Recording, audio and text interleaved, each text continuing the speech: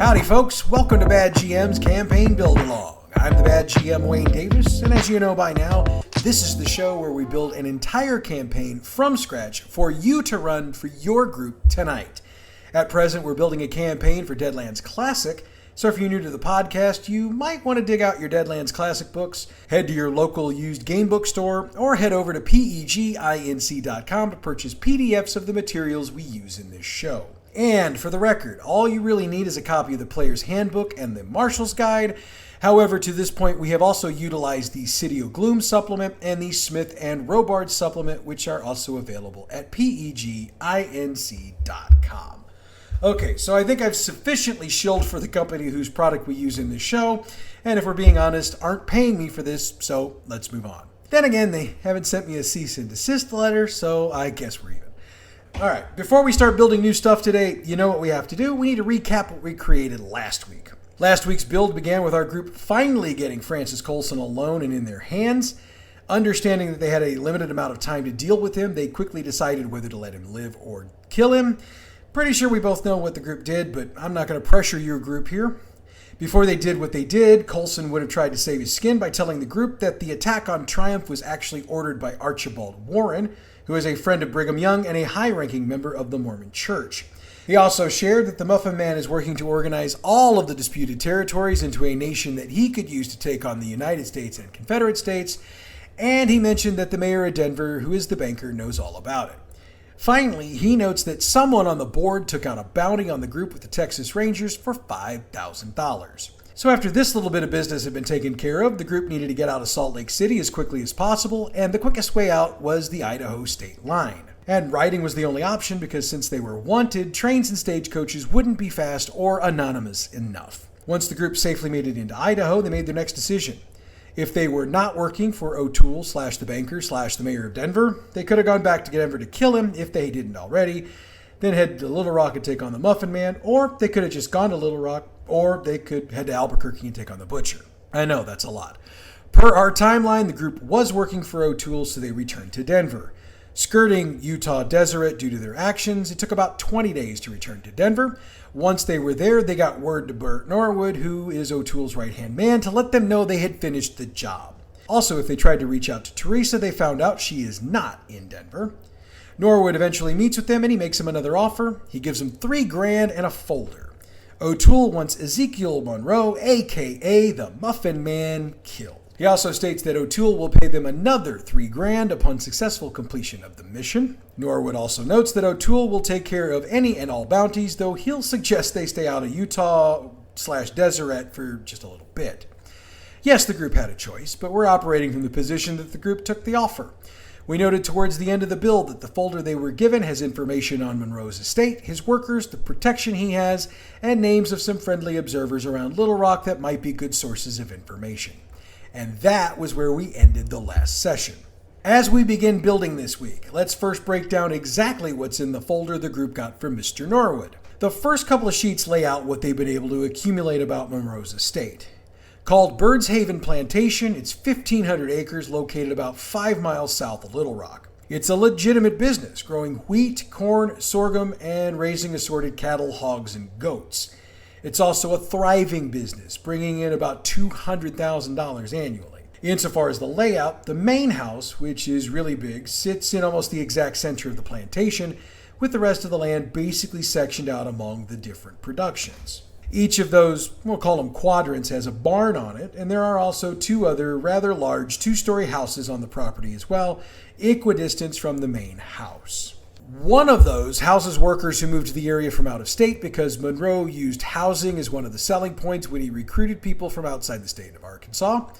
The other house is a bit of a mystery. The sources are pretty sure there aren't any workers in there, but who exactly lives there is uncertain. Some sources theorize that some of the 40 to 50 armed men that patrol the plantation live there. Those men ride around the plantation all day long looking for trespassers. For the record, they aren't there to keep people in, they're there to keep people out, and every source that mentions them agrees with that. In fact, it's also noted that a great number of the field workers go armed as well, and there are a number of reports of them shooting trespassers on sight. Let's talk about the workers for a minute.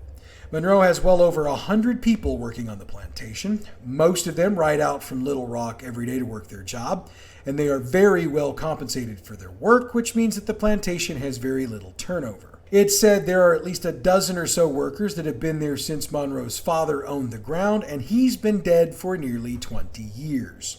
The final sheet in the folder has a list of names and places they can be found. Archie Melvin, Post Office. Hazel Burkett, Ma's Home Cooking. Ace Williams, Port Saloon. Seamus O'Brien, Patrick O'Brien, Attorney at Law. Charlotte James, Southern Charm Inn. Mabel Ungar, Fashionably Early. There's also a name in quotation marks at the bottom of the list, centered under the last line. Marcus. The group will most likely be curious about what the name Marcus means. Let them work it out among themselves. The truth is that Marcus is the code name they should be using when they approach any of the 6 named individuals for information. Now, don't just give that to them, okay? If they can come up with it on their own, or they can make target number 8 rolls, knowledge rolls maybe, okay, then give it to them. But don't just hand it to them on a platter. So with the information about the job sorted out, the group needs to get from Denver to Little Rock. They can go by train, by the way. The Black River line runs directly from Denver to Little Rock. By train, they'll get to Little Rock in 39 hours and 10 minutes. If by chance they don't have the cash for a train, though they just got $3,000, so they should, and they decide to ride there on horseback, at 50 miles a day, it will take them 15 3/4 days to ride the 782 miles. Oh, and train tickets will cost $39.10 a piece. And yes, I did the actual math on that, so you can fact check me if you want. I did the math on the time and distance as well. If the group chooses to ride horses that way, have them run into a few groups of gunslingers looking to rob them. Run the encounters and give the group a white chip for each encounter settled. If they ride by train, they have a smooth, easy ride to Little Rock. Now, before we lay out Little Rock, I need to make a correction. In a previous episode, pretty sure last week, I think I referred to Arkansas being in the Confederate States of America. That would be because during the actual Civil War, it was. However, in Deadlands Classic, especially by the time we're entering the timeline, it's actually a part of the Union. So we're coming at things from a northern perspective. Now, there is a supplement available for Deadlands Classic that covers the northern states, which in this case would be the majority of the USA. But even though I own it, I'm not going to use it for this part of the campaign, since I only anticipate our group being there through this particular scenario.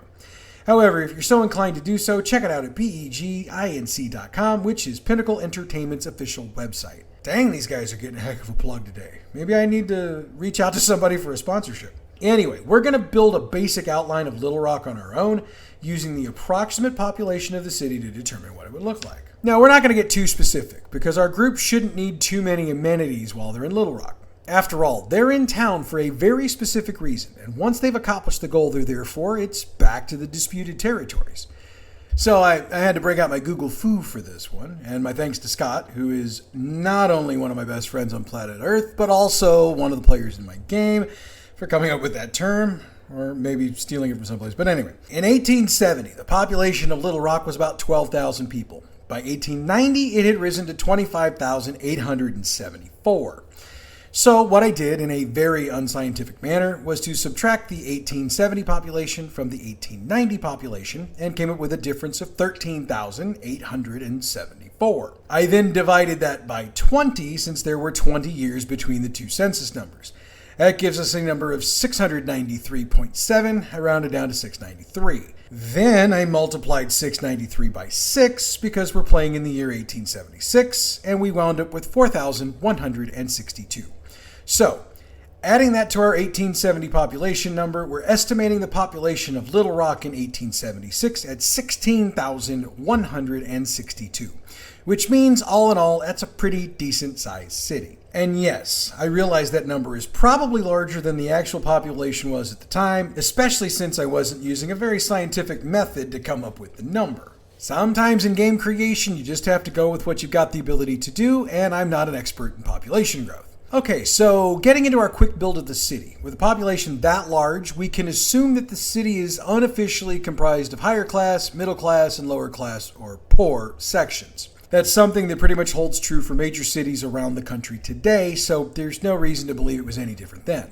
The higher class district will have a couple of hotels. Name them fancy names if you want, and note that the rate for a high class hotel is $10 per night per person, and that comes directly from the player's handbook. There will also be a higher class of tobacco shop, several saloons or taverns, a couple of really nice restaurants, a high-end tailor and or dressmaker, several stores catering to the high class, and probably a smallish gambling house, which can also serve drinks and or food. The houses in that end will also be larger and better looking, and this would be where most of the movers and shakers politically in the city would live. We should also note that the police presence here is very visible, with uniformed officers walking the beat and ensuring that the wealthy and powerful in the city don't have to deal with miscreants. Mabel Unger's shop, Fashionably Early, is located in this section as she caters to the wealthier women in town. The middle class district will be the largest, since this is probably where a lot of the workers from the plantation live.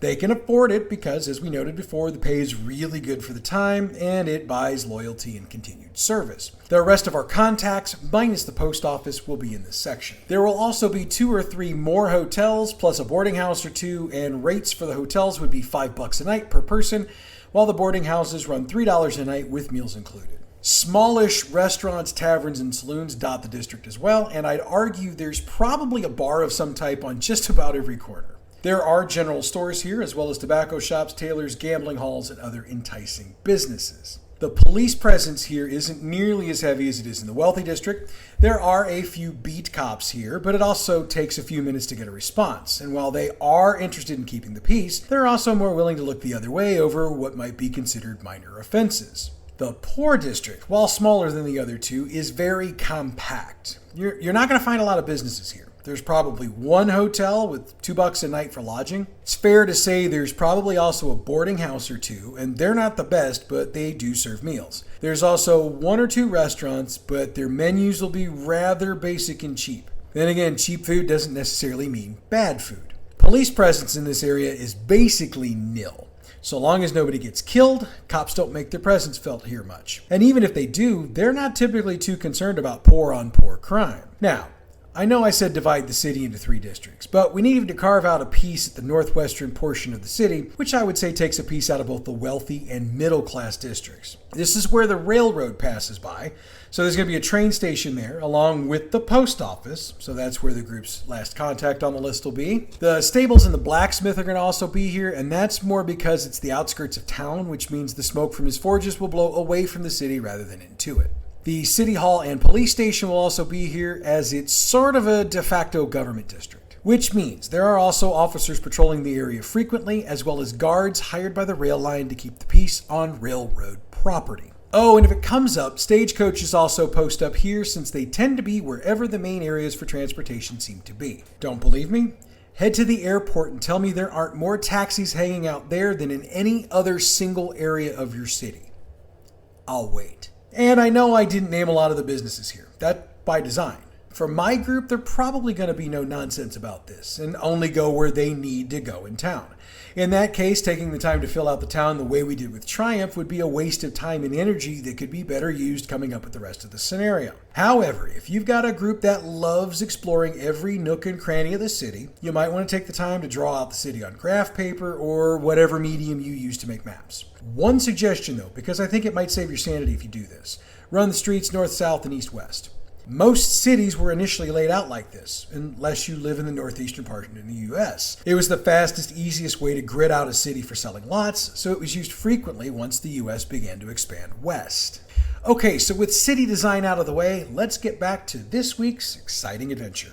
Our adventurers have arrived in Little Rock, having been tasked with eliminating one Ezekiel Monroe, aka the Muffin Man. Regardless of which mode of travel they chose, they will arrive in the city about noonish.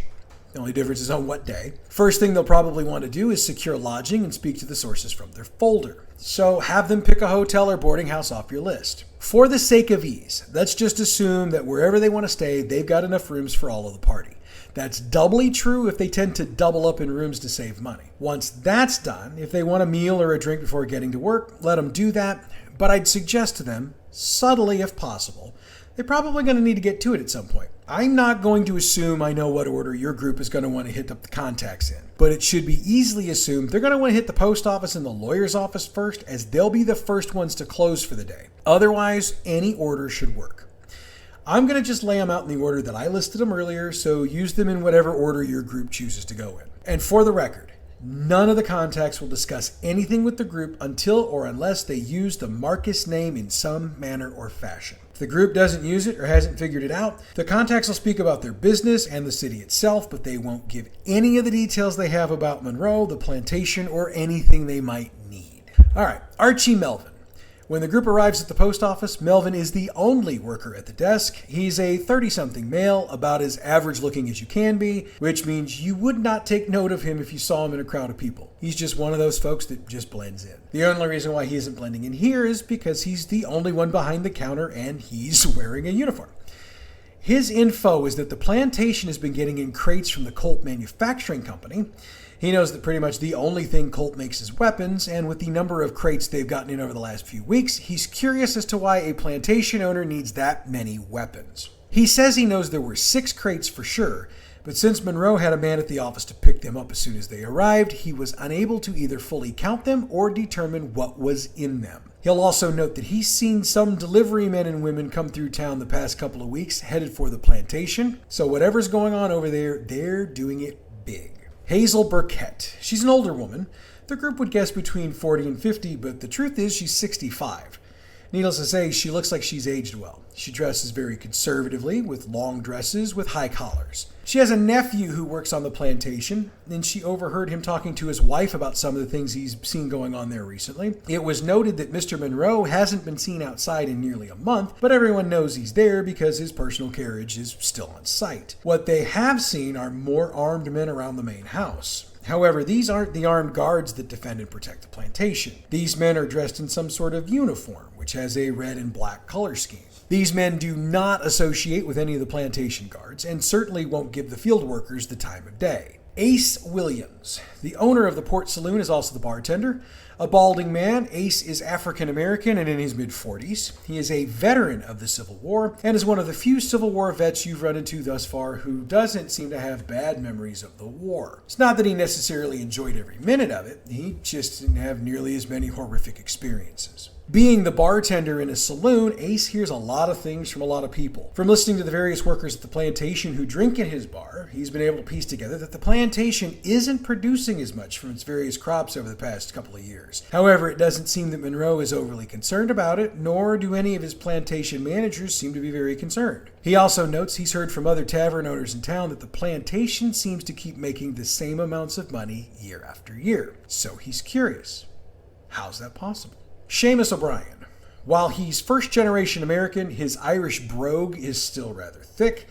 He's in his mid-20s, trim and fit, with a big hair of red hair that seems to ignore all attempts at managing it. He has an interesting tale to tell. About 4 months ago, he was approached by Neil Shaughnessy. As a fellow Irishman, Neil believed he could trust Seamus with something serious. Neil reported to Seamus that he'd witnessed a few of Monroe's uniformed men, the ones who only seemed to guard the house, dragging a couple of dead bodies out the back of the house and loading them into a wagon. Neil wouldn't have thought anything about it, but he caught a glance at the bodies before they were loaded into the wagon and noticed they were wearing uniforms of the Union Army. Neil had remembered a couple of soldiers coming to the house earlier on the day in question, but he didn't know why or what for. Seeing them leaving the house dead shook him, and before he could think to move far enough away, he believes the guard types saw him. Nothing happened at the time, but over the next few weeks, Neil reported he'd seen more of those uniforms around the area he was working in, either acting as if they were checking some area outside the house or engaging in conversation with the regular guards. He also noted that he'd noticed things missing from his house. Nothing of monetary value, but he'd had some personal mementos from Ireland taken from his home. As time moved on, he noticed he was being followed around the city when he wasn't working. Again, some would have played it off as paranoia, but he knew some of them were the same men that he'd seen in those damned uniforms on more than one occasion, though they were seen in regular clothing this time. So he approached Seamus about helping him leave Arkansas for somewhere as far north as possible. He claimed he wanted Seamus's help because he wanted to get out as quickly and as quietly as possible, and he requested that Seamus get him some sort of protection to see him to his destination.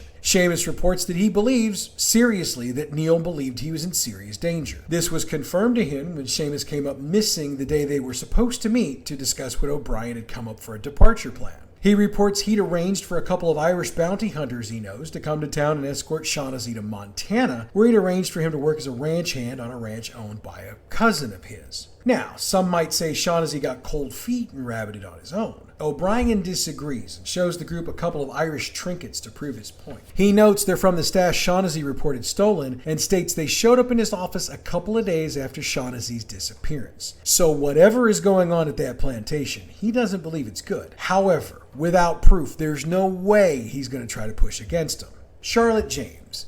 While she appears to be older, she's actually only 18. She inherited the inn from her mother, who passed away a year ago. She has the look of somebody who's experienced an entire lifetime's worth of strife and struggle and had that all crammed into an 18-year span. She reports that up until about 6 months ago, men wearing black and red uniforms would rent most of the rooms in her inn. However, 6 months ago, they all checked out and none of them have checked back in. She heard through the grapevine of business owners in town that Monroe had apparently built a second house on his property. The uniformed men he employed were now living there. Usually that wouldn't be a big deal, but she reports that she'd overheard a number of different conversations when they were staying there that led her to believe they're working personal protection for Monroe. She also reports that based on some of the things she overheard, they're considered to be the troubleshooters for Monroe. As in, if there's trouble, they shoot it. She suggests they speak to Seamus O'Brien as he has a story they're going to want to hear. Mabel Ungar. She dresses as classy as her shop. Having just turned 30, Mabel doesn't really need to own any business or work at all for that matter. She comes from old Arkansas money. But she has a flair for fashion, and looking at the dresses she has on display, the group would have to agree. Her stuff looks really good and really expensive. As a member of the Little Rock elite, she has some very interesting insights on all of the movers and shakers of the Little Rock Society. Her take on Monroe and the plantation is that she's curious as to how in the world it can continue to rake in the kind of profits it does. She's very aware of the crop issues they've had for the past couple of years, but she also notes that with what they paid the staff, there's no way they ever should have been able to turn a profit. Based on what she knows about how much the workers make, how many workers they have, and how much they can bring in from crops in the average year, they should be breaking even, at best. The fact that Monroe can claim hundreds of thousands of dollars in profits every year means that he's either got another form of income nobody knows about, or he's cooking his books. She leans towards the former, and that's based on her relationship with Monroe's accountant. He doesn't talk business much, but she's had a few opportunities to take a closer look at the books, when Mr. Jennings isn't aware, of course. And she's seen a couple of lines in the books showing Monroe bringing tens of thousands of dollars a month in for things that weren't detailed. Words like services rendered and bonus sales. Whatever it is, she doesn't think it's good. And that is going to be all the information they're going to get. However, it should be more than enough for them to figure out two things. Monroe has some very shady things going on at the plantation, and he's got some serious firepower protecting those shady interests. So with the sources out of the way, the group is probably going to want to scope out the plantation before they take any sort of action. They're going to have to decide whether to do it during the day or at night, and there are pros and cons to both. I'll lay it out from the perspective of them doing it during the day. If they do it at night, they obviously don't see as much, and they risk being caught by guards if they get too close. During the day, the group can skirt the plantation and use a spyglass or other sort of magnifying gear to catch a peek at the plantation. Yes, I know there are guards patrolling. The group will need to keep an eye on that and move accordingly. There are trees around the plantation property, but they've been cleared back to 300 yards from the property line. Therefore, if they're going to do it from the trees, they're not going to be able to see nearly as much as if they ride the perimeter. So they need to watch the guard patrols and move accordingly. The guards ride in pairs, and they have about a 10-minute gap between them. That being said, you have to take into account the guards will be able to see someone about 4 minutes away from them. So in reality, the group can only check for about 6 minutes at a time before they need to move on. And every time they come out to take a look, they need to make a sneak check with a target of 8. So long as they make the check, you can give them an entire chunk of information during their check. If they fail, they get about half the available information from a chunk, and they draw the attention of the guards. Use the soldier template, and they shoot on sight. Once the guards are alerted, it's on. Every round, 2 more men enter the fray. They're field workers, so use the prospector template. Every third round, 2 more guards jump in. Needless to say, if they manage to succeed at all of this, they're going to have to run away, because if they stand there and continue to fight, Eventually, some of the uniforms from the main house will come down to fight. When these guys come into play, use the soldier template, but increase the deafness to 3d12. In addition, and you're going to need the Smith & Robard supplement for this, give each of them Gatling rifles with clockwork magazines, which are presented on page 90. If the players seem to be having a fairly easy go of it, have a couple of the uniforms bring in a steam Gatling gun mounted to the floor of a wagon. The steam Gatling is presented on page 91 of the book. Stats for both of those weapons are on the chart on page 95. If the group gets engaged by the guards and wind up retreating, the guards will follow until the group gets back into town, and they won't pursue any farther. However, that's not going to be the end of it, and we'll address it in a minute. If they get engaged, don't run, and live, they'll continue to have to fight wave after wave of men until they're basically the last ones standing. Let's be honest though, unless your group is full of murder hobos, catch the role-playing history episodes about gaming terms if you don't know what that means, they're probably not going to do that. But we'll address what they would do in that case in a minute as well. In the end, the group will either be able to do a full perimeter recon of the property, or they'll at least get a quick glance. I'll provide blocks of information, and for each successful check, give them one of the blocks. It's up to you to decide which blocks of information you give out.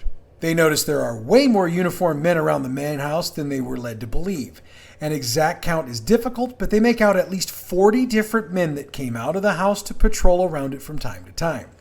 However, they should assume there are probably more. Around the back of the main house, they see a wagon that appears to have a Gatling gun in it. The field workers seem to chat with the regular patrols that ride around the outer perimeter of the plantation itself. And the conversations seem to be, at a minimum, non-confrontational. One could argue they're darn near pleasant. From watching the workers, it's certainly apparent they enjoy their jobs and are there because they want to be, not because they have to. They're chatting and joking with each other, but also seem to be working at a really good clip. At some point, they can get an eye on one of those guard types around the house, and they realize they've got Gatling rifles. If those guys have that kind of firepower that they're carrying around, what else do they have? It's obvious that the main house is set where it is to have excellent sight lines for 360 degrees.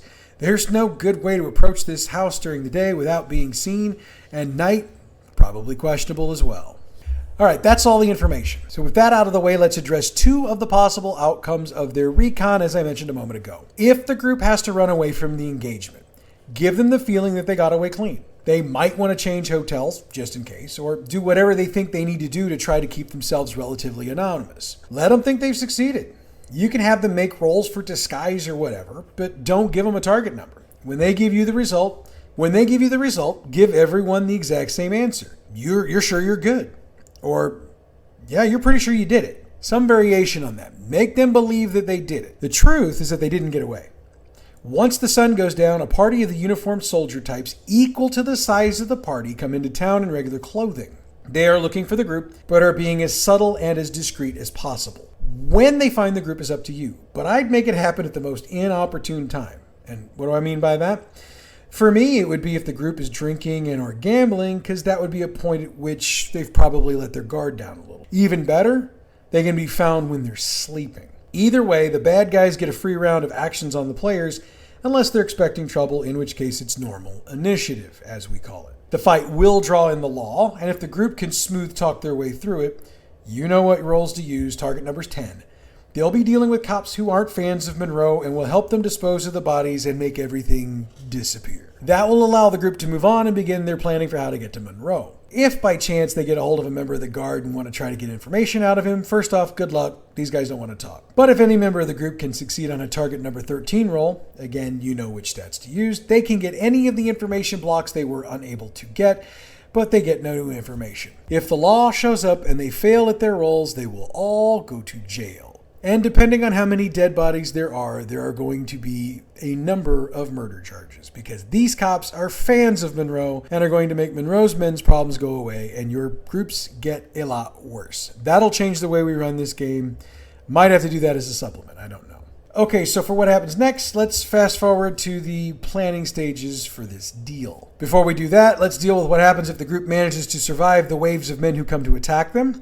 They can choose to head straight to the plantation house, and that would probably be a smart move since they're probably going to want to hit Monroe and get as far away from Little Rock as they can as quickly as possible. The house is huge, it's 2 stories high with 10 to 12 rooms on each floor. How you want to arrange them is up to you, but just remember that the kitchen and formal dining room will be on the first floor, and there won't be an indoor bathroom, as indoor plumbing didn't become standard in the US until sometime after the turn of the 20th century. Monroe is on the second floor in a room without windows with 5 of his uniformed soldiers guarding him. There'll be another dozen wandering around the house. Let it play out how you will. However, I should also note that Monroe is not your typical NPC, and we're actually going to build him in a minute at the ending of this show. So if this is where your group is, hang on and we'll get to it. If the group actually managed to pull off their recon without any issues, they're in decent shape. They'll have gotten all the available information blocks and will now need to plan their next move. Since they got away clean, they're going to have the time to plan it out. I'd note that since they've seen the kind of firepower that's on the plantation, they're probably going to want some fancy gadgets. If you're not using the Smith & Robards supplement, there are a few items in the player's handbook on pages 170 to 173. Regardless of which source you're using, the group needs 2 things: money and a location they can order from. Since the showroom is in Salt Lake City and Little Rock doesn't have a distribution center, they'll either have to use an order form and mail off their money with it, or telegraph their order to Salt Lake City. Mail will take longer, but it's more reliable than the telegraph. Plus, they'll have to head to the bank in town and arrange for a transfer of funds to the bank in Salt Lake City. It's not really a big deal, it's just a bit of role play. Deadlands Classic uses what they call shipping reliability for their deliveries. For mail, it's 17. For telegraph, it's 15. Once the order has been placed, since Little Rock is a stop on the Black River rail line, they should get their order within a week, unless they order something more exotic. Then add a few more days. However, you need to roll a d20. So long as the result is under the reliability number, the item arrives on time. If it falls over the number, something has happened. While the Smith & Robards book has a table it uses, I don't want to do that to the group in this case. In the case of what they call a malfunction, roll 2d6. It'll take that many more days for the order to arrive, and Smith & Robards may or may not be aware, and therefore may or may not let them know about it. That's up to you. Once they're geared up, and of course they can get pretty much anything in the player's guide at one store or another in Little Rock. They just may have to pay more for some of the stuff. That's up to you. They can put their plan in motion. What's the plan? That's up to your group. I'm not going to try to sit here and tell you I know exactly what your group's going to do. Insofar as my group, I'm not even 100% sure what they're going to do. So I don't want to sketch it out here and show my hand. But what I can tell you is what the lay of the land is going to look like depending on a few things. Should the group think that infiltrating the workers at the plantation is a good idea? I can assure you it is not. The guards know pretty much everyone working there, and there haven't been openings for new workers in months. So if they try that, they're going to be in a firefight within the plantation area itself, which means they'll be surrounded by a lot of angry men with guns. Good luck with that. Also, the old delivery man gig won't work either. Monroe sends his men out to pick things up, and nobody in Little Rock dares send him anything at his house. See the infiltration idea for what would happen next. So that leaves the group to try to sneak their way into the compound and get close to Monroe. I basically laid out what it looks like during the day for the recon portion of this build, but we didn't discuss what it looks like at night. Basically, cut the number of guards riding the perimeter in half, give them lanterns so they can see, and cut the target number for the group to not be seen in half. For those keeping score at home, that would be a sneak check with a target of 4 for everybody. When they announce when they're going to enter the compound from, figure out how far you think that's going to be and have the group make an appropriate number of sneak checks. I'd suggest no fewer than 4 and no more than 10. Failing any of them, we'll have armed men coming down on them. But unlike during the day, the group can run like the wind, regroup, and try again. If that happens, increase the sneak check target by 2 for each time they have to do it. Once the requisite number of checks has been made, they get close enough to the house to see the 2 uniformed men standing guard. Doesn't matter what side they come from, there's going to be 2 guards there. So they're going to want to do this quietly so as to not draw the other 6 men into this, or more from the other house if it gets really bad. This is one of those things you'll want to freestyle or figure out on your own. Again, you know how much combat your group expects and how much they can handle. If they like more and they can handle it, do it. If not, don't. So that's infiltrating the plantation and getting to Ezekiel Monroe, aka the Muffin Man. I said a few minutes ago that Monroe is not your usual NPC. He's a huckster. And while we could just use the template in the player's handbook, and if you want to do that, go ahead, I'd rather create him myself so I can customize him the way I want him for this game. So that means it's time to draw 12 cards to build Mr. Monroe. Here's what my draw looks like. Black Joker, King of Spades, King of Diamonds, Queen of Hearts, Jack of Diamonds, 10 of Clubs, 9 of Spades, 7 of Spades, 6 of Diamonds, 5 of Spades, 3 of Clubs, and 3 of Hearts. And yes, I actually shuffled a deck of cards and drew that. Since we get to drop 2, the pair of 3s go bye-bye. I have to draw another card for the number of dice for that Joker, and I drew a 6 of Hearts, which means that Joker is 3d12. We also have a special thing to figure out in a bit concerning the Joker, but we'll get to that. So we're going to lay out the traits like this. Cognition 4d6, Deafness 3d12, Knowledge 3d10, Mien 2d10, Nimbleness 4d6, Quickness 2d10, Smarts 4d10, Spirit 1d8, Strength 2d8, and Vigor 4d8. We've got 26 points to use to fill in our attributes, so we'll do it like this. 3 points in Scrutinize, 3 in Sleight of Hand, 4 in Academia Occult, 4 in Hexlinging, 4 in Overall, 2 in Tale-Telling, and 3 in Quick Draw.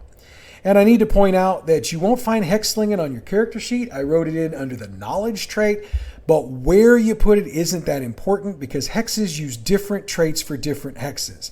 I just put it there because it made the most sense to me. Next up, Hindrances and Edges. For Hindrances, we took Bloodthirsty for 2 points, Big Britches for 2, and Loco for 4. Our mental ailment for Loco is split personality. And look, I know that actual split personality in mental health is exceptionally rare, but for the purposes of our story, I'm going to go where so many writers have gone over the years. This explains the info the group got earlier about Monroe acting weird. He literally has 2 separate personalities. One who is quiet, introverted, and smart as heck. He's the one who made the plantation its fortune.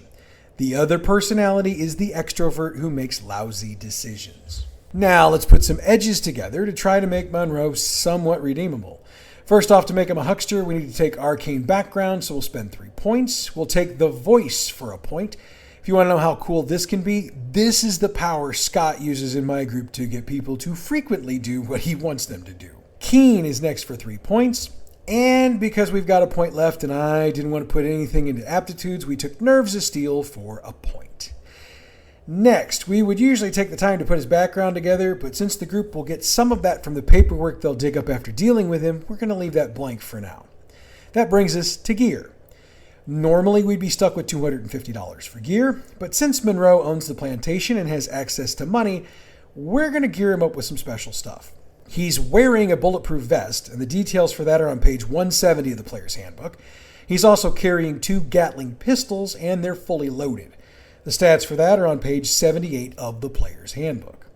One big thing to take from this is that any attack against Monroe that hits gets reduced by 2 die types. Okay, so we've got a few things left to fill in that we're going to fill in here. I mean, if you want to gear him up more, go ahead. If you want to adjust a few things on the stats to make him work for the way you and your group play, then go ahead. I'm setting him up the way my group is going to face him. First things first, if you'll remember, I drew that Joker at the beginning, so I had to draw another card to come up with his background. I drew a 6, so he's got a 6th sense. Basically, he gets a chance to roll to anticipate danger. If you don't like that one, go ahead and choose one from the Marshal's Guide that you feel works best. Finally, we need to flesh out the huckster stuff for Mr. Monroe. After all, he's going to have a hard time casting hexes if we don't know what he's got. We're only giving him 4, though one could argue we could give him more. And if you want to do that, do that. He's got Corporeal Touch and Corporeal Twist, which are detailed on page 158 of the Player's Handbook. He's also got Help in Hand, which is on page 159. Finally, and this one's going to be the big one for me, he's got Soul Blast, which is detailed on pages 161 and 162. The final thing I want to remind you of is to make sure you're up to speed on the rules of Hexlingen, and that's the beginning of Chapter 6 in the Player's Handbook. It's not quite as simple as spellcasting in, say, D&D, but once you have the hang of it, it does become pretty easy to do. So, you've got Ezekiel Monroe statted, suited, and booted. Good luck. And that's where we'll stop our creation for this week. Next week, we deal with the aftermath of the group's encounter, as well as detailing what they learned from what they can dig up in his home. We'll also have a campaign recap, as my group will be playing what we just created on Saturday night. And that should get really interesting. As we close the show this week, I want to take a moment to encourage you to subscribe to the Bad GM Productions YouTube channel. We're starting to drop some YouTube exclusives, as well as sharing some of our favorite movie trailers. So check it out, subscribe, and click on the bell for notifications when we drop new stuff. And for the record, I've been known to drop stuff at strange times or drop several videos at once after having not dropped anything for weeks at a time. It should also be noted as well that the YouTube channel also holds the entire archives for both Role-Playing History and Bad GM's Campaign Build-Along. Granted, both shows update 1 week later than the podcasts do, but hey, I'm trying to run a company here. Speaking of Role-Playing History, you can find it wherever you get your podcasts, and we deep dive games, creators, companies, and other topics in the role-playing industry and genre we believe you might find interesting. I mean, we even did an entire episode on dice a while back. Again, that's Role-Playing History, available wherever you get your podcasts. All of the Deadlands Classic materials we reference in this podcast are the copyrighted and trademark property of Pinnacle Entertainment Group, and we use them here for entertainment purposes only. If you're interested in purchasing these products or any others, check out their website at peginc.com. And tell them we sent you. Though they don't pay us for it, darn it. The music we use for this show comes from Pixabay.com. Check them out for license-free, royalty-free music for your next project. Bad GM's Campaign Build-Along is a production of Bad GM Productions. Follow us on Facebook at facebook.com/Bad GM Productions, Twitter at Bad GMP, YouTube, as we said, Bad GM Productions, and you can email us at badgmproductions@gmail.com. Next week, we cover the aftermath of the Little Rock expedition. Until then, I'm the Bad GM Wayne Davis. I'll see you at the game.